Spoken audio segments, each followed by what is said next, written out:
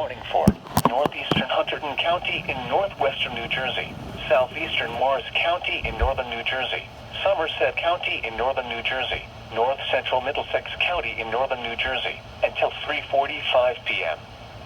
At 3:02 p.m., a severe thunderstorm was located over White House Station, or 7 miles northwest of Somerville, moving northeast at 20 miles per hour.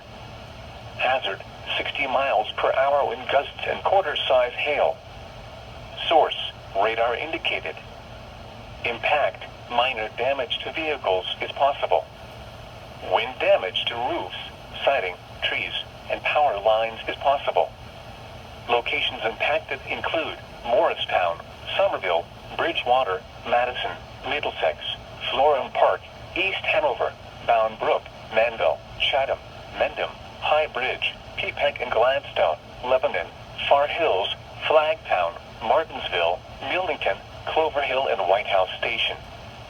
This includes the following highways: Interstate 78 in New Jersey between mile markers 19 and 42. Interstate 80 in New Jersey near mile marker 48.